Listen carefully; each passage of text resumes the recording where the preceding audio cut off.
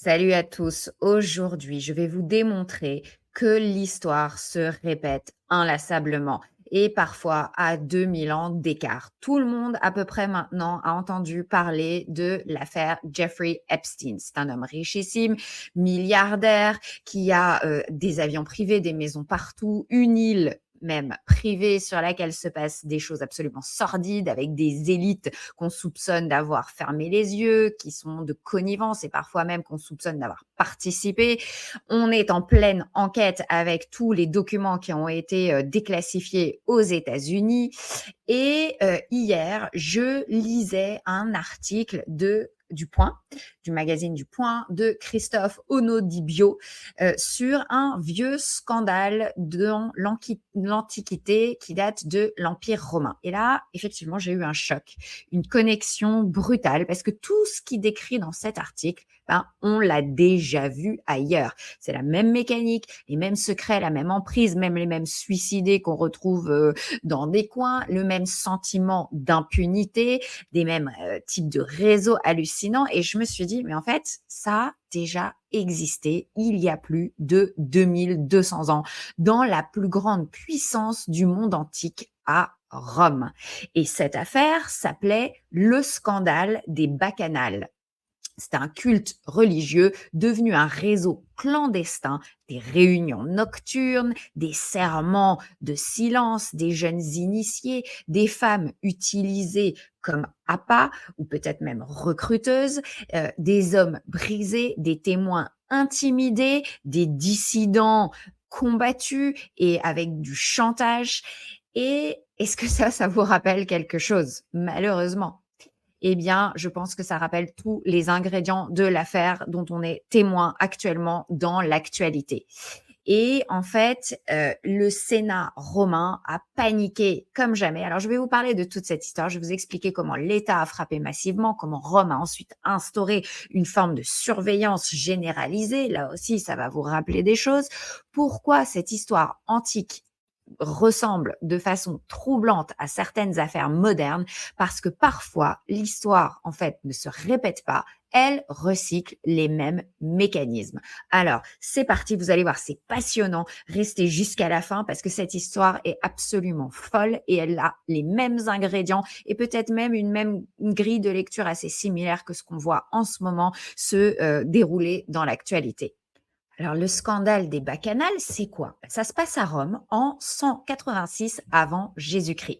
Alors, imaginez, c'est Rome, c'est une ville qui est quand même assez dure, qui est magnifique, mais qui est dure, qui est militaire, qui est très patriarcale, qui est très hiérarchisée, même à l'extrême. Chaque citoyen a une place précise, chaque femme doit rester dans la maison, chaque homme libre doit être viril, dominant, visible, chaque esclave doit obéir. Tout est absolument codifié, c'est super rigide. Les vêtements, la posture, la sexualité, la religion. Rome est une société ultra réglementée et comme toujours dans l'histoire, quand une société devient trop rigide, eh bien, elle fabrique ses propres contre-pieds, ses propres soupapes et ça devient vite des zones d'ombre. Et donc, en 186 avant Jésus-Christ, il y a des rumeurs qui circulent. On parle de réunions nocturnes, dans des bois, dans des endroits secrets, dans des sanctuaires isolés. Il y a des torches dans la nuit, il y a du vin, on entend des chants, on entend des cris. Il y a des rumeurs de jeunes initiés, très jeunes, des femmes qui quittent l'espace domestique où elles auraient une place importante qui n'est pas celle de leur caste, il y a des hommes qui abandonnent leur posture virile, qui s'habillent en femmes, des esclaves mêlés aux citoyens et on murmure même qu'il y a des violences, qu'il y aurait des sacrifices et même des disparitions. Alors, le consul Spurius Postumius Albinus ouvre une enquête parce qu'en fait, tout commence avec un jeune homme, Publius Ebusius. Sa belle-mère veut l'initier de force pour pouvoir lui faire du chantage. Il refuse, il est terrifié. Il va voir une femme assez marginale, une ancienne prostituée affranchie qui s'appelle Hispala Fecenia. Et là, cette femme devient en quelque sorte une lanceuse d'alerte. Elle craque, elle va tout raconter dans les moindres détails parce qu'en fait, elle sait, elle, ce qu'il se passe dans ces réunions secrètes et de cette petite caste qui se retrouve régulièrement dans des endroits secrets et elle veut absolument alerter pour qu'il y ait que ça s'arrête et qu'il y ait une enquête et protéger ce jeune homme. Donc, selon cette lanceuse d'alerte Ispala, on entre dans ce culte par une initiation nocturne. Évidemment, tout se passe la nuit en secret. On y va, on prête serment, on est soumis à des épreuves, parfois de force, parfois violentes.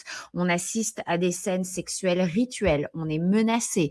On vous fait comprendre une chose très claire que une fois dedans, on sort plus. Elle affirme que certains qui voulaient partir ont disparu. On les a retrouvés, pour certains, on les retrouvait morts, présentés comme suicidés. Ça va vous rappeler des choses aussi de notre actualité.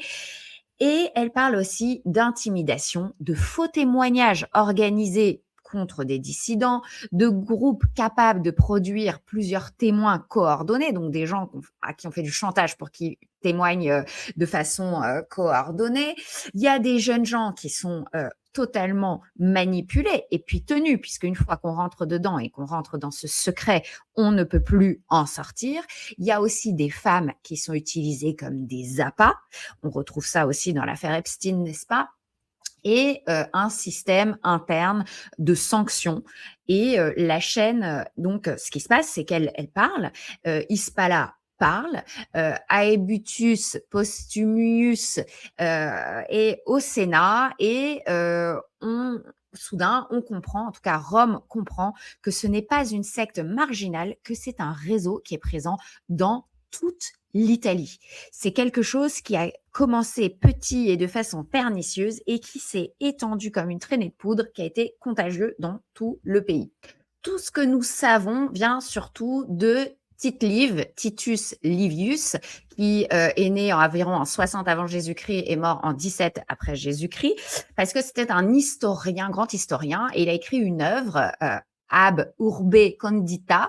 Et dans le livre 39, il décrit en fait ces fêtes et toutes ces réunions. Il donne une description de comment ça se passait. Donc les gens faisaient des réunions nocturnes, il y avait un mélange hommes-femmes, jeunes, vieux, esclaves et personnes libres. Et ça, c'était assez peu habituel dans cette société extrêmement rigide et codifiée. Il y avait des relations sexuelles non encadrées, des mineurs qui étaient initiés, des serments secrets, des faux procès, toute une espèce d'organisation de société parallèle, si vous voulez, avec sa propre juridiction, etc. Il y avait des disparitions déguisées en suicide et il parle même de rumeurs de sacrifices humains et même de cannibalisme rituel. Donc, encore une fois, il y a ce genre de rumeurs. Donc, attention, parce que ça, les historiens modernes pensent que ces éléments sont probablement amplifiés pour des raisons politiques, style les complotistes de l'époque. Mais en tout cas, ce qui est sûr, c'est que le culte était secret, c'était une structure transsociale. Et pour Rome, c'est déjà totalement inacceptable parce que Rome repose sur la religion publique, sur le contrôle civique, sur une hiérarchie qui est visible.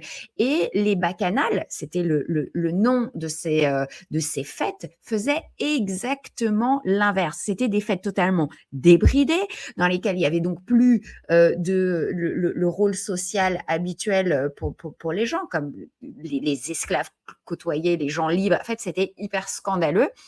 Et c'était très choquant et c'était des réunions totalement débridées avec des chants, avec des transes, avec du vin, donc les gens étaient alcoolisés. Peut-être que ça faisait un petit peu le même effet qu'en ce moment quand on entend parler des soirées chemsex ou de choses comme ça. C'était des choses totalement débridées, transgressives et voilà, et qui ont tourné aux zones d'ombre totale. Et il y a des historiens modernes qui remettent un petit peu en question ce que Tite-Live écrivait, donc cet historien, parce qu'en fait, ils pensent qu'il exagérait pour à l'époque pour pouvoir justifier ensuite la répression et le contrôle généralisé. Et ça aussi, on est à une période où ça nous parle dans notre société actuelle parce que on voit que les autorités se servent de problématiques d'insécurité ou de déviance ou de dégénérescence ou de barbarie pour justifier d'installer une surveillance généralisée. Donc, c'est très difficile de savoir si c'était en effet exagéré ou si ça a simplement été récupéré et instrumentalisé, ces rumeurs.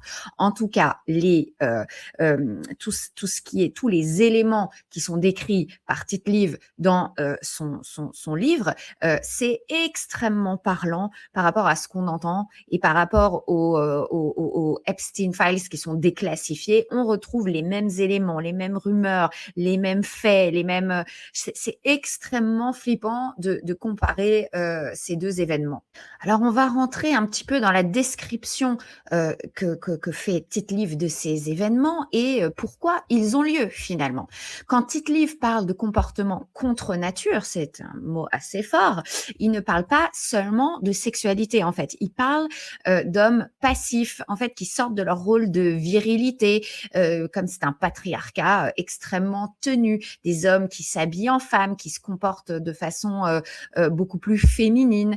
Il parle de femmes qui deviennent dominantes pendant ces événements. Il parle de sexualité hors mariage. Il parle d'esclaves qui sont dans ces soirées à égalité avec les citoyens, ce qui à l'époque évidemment choquait beaucoup, ce que maintenant on peut pas comprendre, mais à l'époque ça choquait énormément. Il parle de jeunes mêlés aux adultes et aux vieux. Enfin, jeunes, quand on parle de jeunes, on imagine très bien ce que ça veut dire. Peut-être des gens extrêmement jeunes. On parle aussi de serments privés plus forts que la loi, c'est-à-dire que ces gens font le serment du secret et donc cette société, cette petite caste vit totalement en dehors des lois de l'Empire romain. Et donc, c'est un effondrement complet de l'ordre de l'ordre romain. Et au centre de tout ça, il y a le dieu Dionysos, qui est Bacchus chez les Romains. Dionysos, c'était le dieu grec. C'est un dieu qui est androgyne, donc ni homme ni femme. Et puis vous vous rappelez, Dionysos, c'est ce qu'ils nous ont dit aussi pendant les JO quand ils ont présenté la scène qui a choqué tout le monde où Philippe Catherine est en schtroumpf bleu. Bah en fait, ils ont dit qu'il représentait Dionysos. Donc c'est un dieu androgyne. Et puis derrière lui, il y avait Barbara Butch, des gens un peu transgenres ou travestis, je sais pas. Enfin bon, bref, c'était toute cette scène là qui a été qui a fait énormément polémique pendant les Jeux Olympiques de Paris 2024. Donc Dionysos, c'est aussi le dieu de l'ivresse, le dieu de la transe, le dieu qui dissout, ça c'est très important, qui dissout l'identité. C'est très important pour comprendre justement cette cérémonie des Jeux 2024 et comment ça a été traité et notre société actuelle. En fait, on voit tous les liens avec cette époque. Et le but de ces soirées, c'était la désidentification, parce que les identifications étaient tellement rigides et fortes à l'époque, contrairement à maintenant où il y a quand même beaucoup plus de liberté et de souplesse. Le but, c'était de se désidentifier. En fait, t'es plus citoyen, t'es plus une femme, t'es plus un homme, t'es plus un esclave, tu deviens, pendant l'espace de ces soirées, quelqu'un d'autre. Et c'était le but, et à la limite, dans le contexte de l'époque, dans une société qui est très corsetée, on peut comprendre que les gens aient besoin de soupapes, mais évidemment, il y a toujours des dérives. Et en fait, toute cette période, selon moi, donne une clé de lecture de ce qu'on vit actuellement sur des grandes tendances, de vouloir désidentifier les gens, de fluidifier les genres, tout, et qui donne la théorie des genres, etc., du genre qu'on apprend maintenant même, qu'ils apprennent aux enfants à l'école, enfin qu'ils veulent apprendre aux enfants à l'école. Et donc, ça donne vraiment une clé de lecture sur toutes ces choses-là.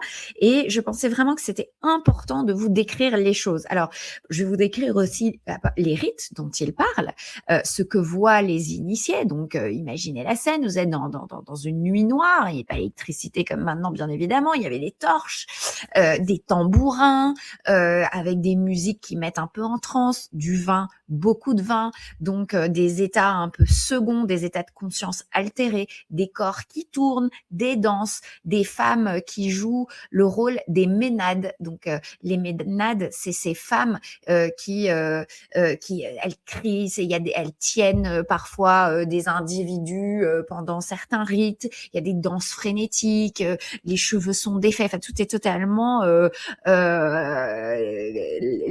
libertaire, si vous voulez, totalement. Je sais même pas comment le décrire. Certaines sources parlent aussi de sparagmos, qui est de déchirement rituel d'animaux. C'est horrible. Puis parfois d'homophagie, la consommation crue pour absorber la puissance de Dieu.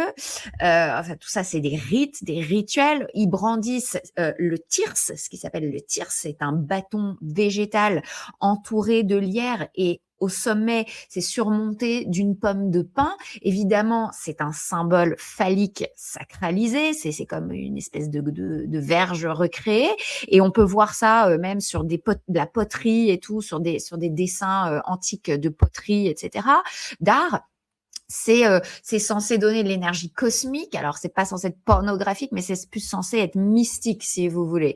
Et puis autour, il y a les figures, les silènes. Vous savez, ces figures de gens ivres et de vieux obèses, toujours dans une situation d'excitation, et des satyres qui sont les incarnations du désir brut. Enfin, tout ça, ils disent que ils décrivent ça que pour en fait avoir dans le but d'inviter à quitter leur ego, d'altérer leur niveau de conscience, de sortir de l'ego et donc de leur identification sociale.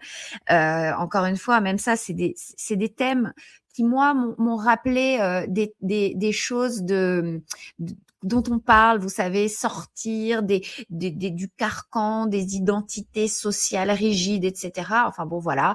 En tout cas, c'était pour sortir donc de son identité sociale et altérer son niveau de conscience, et puis à la fois entrer dans une espèce de communauté qui vous lie par un pacte secret et par le fait que vous faites des choses qui sont illégales par rapport à la loi romaine, et donc finalement ce secret de la transgression vous lie et vous ne pouvez plus en sortir parce que sinon il y a du chantage. Et là encore, ça m'a rappelé les thèmes principaux de l'affaire Epstein, qui est donc de faire ou en tout cas de permettre d'exploiter les failles et les fétiches et les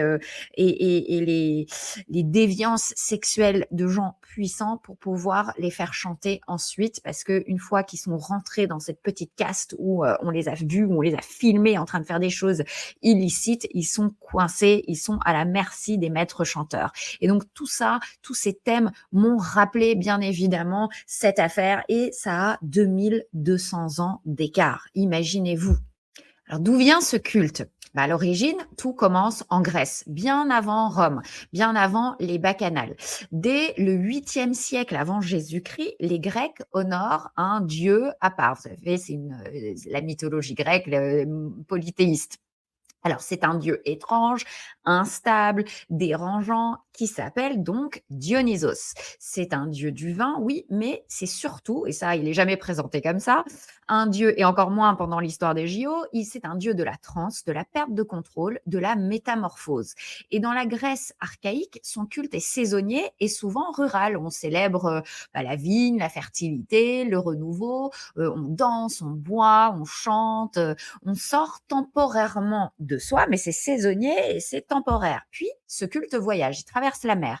Il arrive dans le sud de l'Italie, dans ce qu'on appelle la Magna Grecia, ces colonies grecques implantées sur le sol italien dans le sud, à Tarente, qui est une grande cité portuaire ouverte sur la Méditerranée, à Paestum, avec des temples monumentaux dressés au milieu des plaines. Et là, le culte de Dionysos rencontre autre chose, évidemment.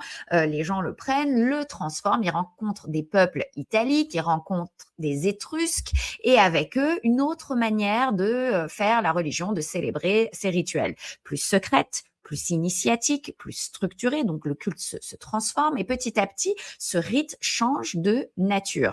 Donc on ne célèbre plus simplement, une saison. On rentre dans un réel parcours. On n'est plus un simple participant, on devient un véritable initié. Il y a des serments qui apparaissent, il y a des règles internes, il y a des degrés d'accès, il y a des réunions fermées. En fait, le culte devient un peu mystique et c'est là que naissent progressivement ce que Rome appellera plus tard les bacchanales.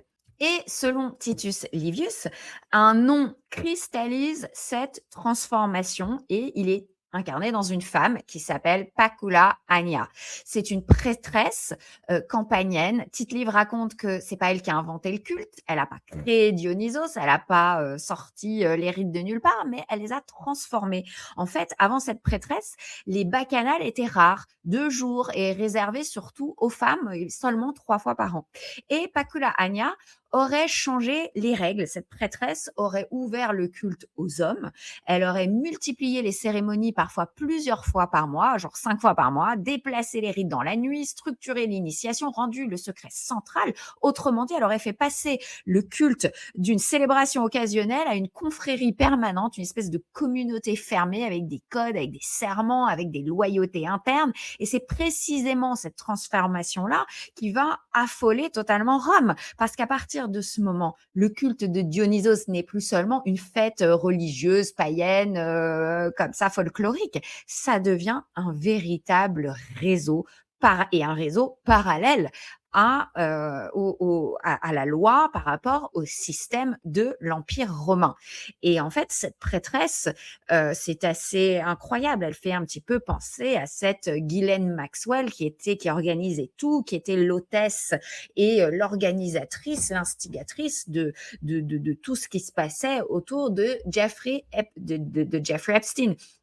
Donc, c'est assez incroyable les parallèles entre cette histoire des bacchanales et cette histoire d'affaires Epstein dont on n'est qu'au début. D'ailleurs, des révélations, malgré le fait que ça dure déjà depuis des années, les éléments ne venant être déclassifiés que très très récemment, il y a quelques jours, c'est 3 millions de documents déclassifiés, on n'en est qu'au début parce que ça n'est évidemment que la partie émergée de l'iceberg. Mais les parallèles avec les bacchanales sont absolument sidérants.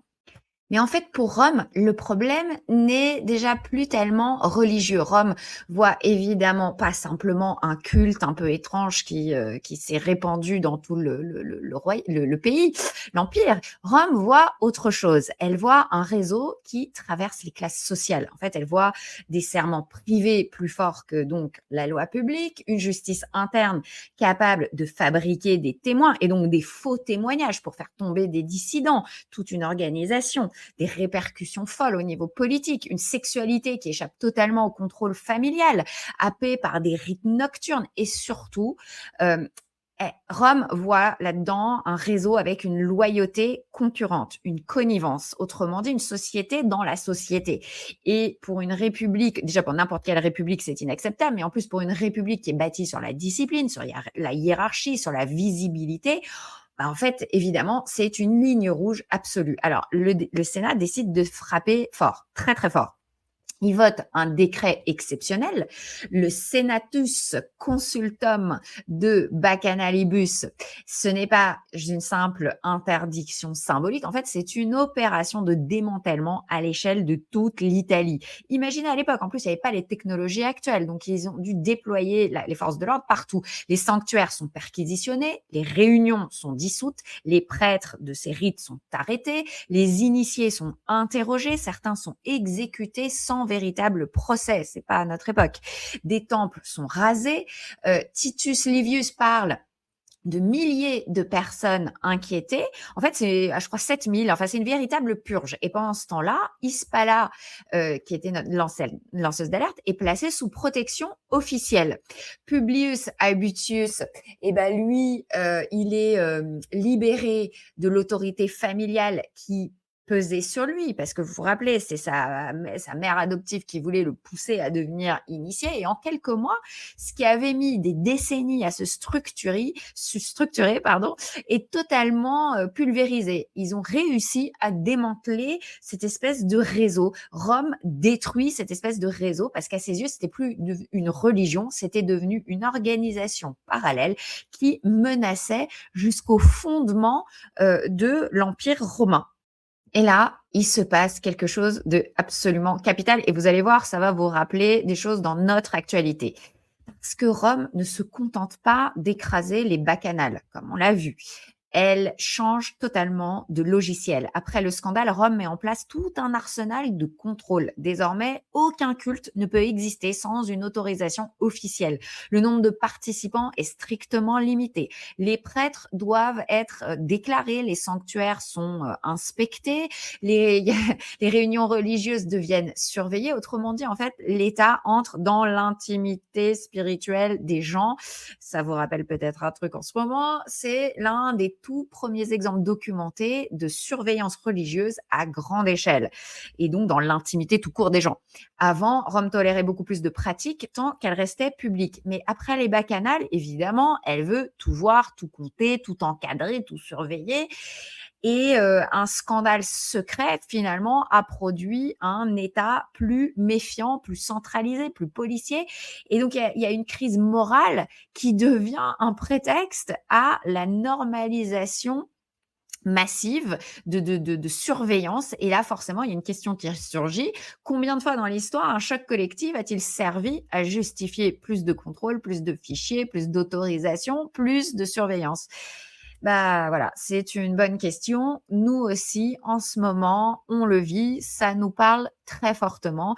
Et d'un autre côté, il ne faut pas non plus minimiser la décadence totale et qu'on voit aussi à l'heure actuelle, avec la violence, la barbarie et la dégénérescence qui s'installe, que ce soit l'insécurité dans les rues, mais aussi en col blanc avec ces trafics de jeunes femmes, de jeunes enfants. Enfin, c'est absolument terrible. Donc, on peut totalement faire un parallèle, encore une fois, avec les réactions politiques à ce scandale des bacchanales qui pourtant était véridique et qui n'était pas un truc de complotiste comme ce qu'on entend aujourd'hui avec le traitement médiatique qu'il y a de l'affaire Epstein. C'est plutôt les historiens maintenant qui parlent d'exagération sur les rumeurs de violence des bacchanales et de cannibalisme et de trucs vraiment glauques. Voilà. Mais en tout cas, tout était basé évidemment sur des faits. Après, jusqu'où on n'en sait rien, de la même façon qu'on n'en sait rien encore aujourd'hui sur Epstein et qu'il faut évidemment enquêter pour faire toute la lumière sur ces horribles réseaux. Donc encore une fois, les contextes sont évidemment différents. C'est pas la même société en 186 avant Jésus-Christ et maintenant, mais on observe des mécanismes qui sont communs, des réunions privées, des réseaux fermés, des parcours initiatiques, des jeunes vulnérables, parfois très jeunes, des silences achetés, des témoins intimidés, des morts opportunes, on va dire, des gens suicidés opportunément. Et à Rome, des serments mystiques. Aujourd'hui, on a des contrats de confidentialité, il y a de l'argent, il y a de l'influence, mais en fait, c'est la même logique. Et quand un groupe pense pouvoir contourner la loi et vivre hors de la réglementation et utiliser les corps pour fabriquer une espèce de société parallèle, de connivence, de chantage et fabriquer le silence et le faire imposer, ça devient une menace systémique finalement pour toute la population. Et aussi, on peut voir des similitudes, comme je vous le disais tout à l'heure, avec l'idéologie qui a été poussée en avant, qu'on n'avait même pas le droit de critiquer lors de la cérémonie des Jeux olympiques de Paris 2024. Et on a vu que la cérémonie d'ouverture à Milan Cortina était totalement différente, beaucoup plus solaire, et que celle de Paris 2024 était largement inspirée consciemment, je ne sais pas, en tout cas inconsciemment, par les bacchanales. Quand on voit la scène avec soi-disant avec Dionysos, bon, certains y ont vu aussi le dernier repas du Christ. C'est même France Info qui avait dit que ça représentait la scène, C-E accent grave N-E, et pour ensuite supprimer leur tweet et dire qu'en fait c'était Dionysos et c'était le festin des dieux, etc. Mais même en étant inspiré du festin des dieux, ce n'est pas juste un dieu bon enfant comme ça pour faire les vendanges. C'était aussi donc le dieu Dionysos qui était androgyne, qui permettait de sortir de soi-même, des états de conscience altérés, de la transe, totalement libertaire, avec une espèce de fluidité de genre, etc. Enfin, je veux dire, il y a tout un imaginaire et tout un univers qui vient avec ça. Et effectivement, cette lecture-là qui a fait polémique a été totalement confirmée, enfin, été induite et confirmée par les images, puisqu'en fait, c'était volontaire ce qu'ils nous ont présenté. Et c'est là, pour toucher encore avec du symbolisme, toucher l'inconscient de millions, voire de centaines de millions de gens qui regardaient l'ouverture de la cérémonie des Jeux. Ce n'est absolument pas anodin, bien évidemment, d'avoir choisi ces thèmes-là et surtout de la façon dont ils ont été présentés. Et donc, j'ai trouvé que de parler aujourd'hui des bacchanales, ça donnait encore une fois une grille de lecture pour analyser non seulement la cérémonie des Jeux Olympiques de Paris, mais aussi cette affaire Epstein qui est malheureusement pas nouvelle. L'histoire se répète et clairement les sociétés n'apprennent rien et finalement la nature humaine, quand elle est déviante comme ça se finit un peu toujours de la même façon, c'est-à-dire mal. Donc finalement, ce qu'on peut retenir des bacchanales, c'est que elles ne sont pas juste une histoire de sexe ou de religion. C'est une leçon politique parce que quand une caste crée ses propres règles en dehors des lois du système dans lequel elle se trouve, en fait, son propre monde, sa propre morale, ses propres sanctions, ça finit toujours par rentrer en collision avec la société. Et cette collision, elle est toujours violente. Ce que Rome a détruit en 186 avant Jésus-Christ, c'était pas une fête, c'était pas un petit truc bon enfant, c'était une communauté invisible. Et l'histoire nous montre une chose, c'est que ces communautés finissent toujours par être exposées et que finalement, tout ce qui est obscur, cet obscurantisme, des petits réseaux parallèles glauques avec des rites, des initiés, des rituels de renaissance, des choses violentes qui mêlent à des rites sexuels avec des vierges ou des jeunes, donc des jeunes enfants, parce que quand on dit voilà, des abus sur les gens, faire intégrer et initier des gens de force pour les tenir, pour les tenir en chantage, pour les menacer et voir les tuer s'ils veulent sortir ou si ils deviennent gênants. Tout ça ne peut que mal finir. C'est extrêmement glauque, c'est extrêmement malsain, c'est extrêmement décadent. Et évidemment qu'il faut faire toute la transparence et avoir une réaction aujourd'hui peut-être aussi efficace que celle de l'Empire romain à l'époque qui est venu à bout de ce réseau. Et aujourd'hui, il serait quand même de bon ton de venir à bout du réseau qui est en train de se dévoiler à travers ce milliardaire américain et voilà, et ça permet aussi de comprendre peut-être l'origine de certaines idéologies qui nous sont on a l'impression d'être ciblées par un prosélytisme hyper fort, woke, etc. Et peut-être il faudrait investiguer à quel point il y aurait peut-être un lien conscient ou inconscient, direct ou indirect, avec ces idéologies-là, puisqu'on sait que de nombreux courants idéologiques, mystiques et ont traversé l'histoire et c'est intéressant d'ouvrir toutes les portes. En tout cas, ça permet de voyager dans le temps et de montrer que l'être humain a une histoire qui se répète et malheureusement et qu'on n'apprend pas et que c'est très important de connaître l'histoire pour éviter de reproduire les erreurs du passé, même quand elles datent de 2200 ans. Voilà, si vous avez aimé cette vidéo, n'oubliez pas de liker, commenter, partager, abonnez-vous. Si vous vous voulez soutenir la chaîne, vous pouvez devenir membre. Si vous pouvez pas, écoutez, c'est pas grave, je serai quand même là et ça m'a quand même fait plaisir que vous veniez. Donnez-moi surtout votre avis et est-ce que ça vous, parle? Est-ce que vous voyez des similitudes? Quelles sont vos impressions? Est-ce que vous avez des éléments à rajouter à ma vidéo? Je vous attends donc sous les commentaires. Je vous embrasse et je vous dis à bientôt. N'oubliez pas les pouces et les abonnements. Je vous embrasse.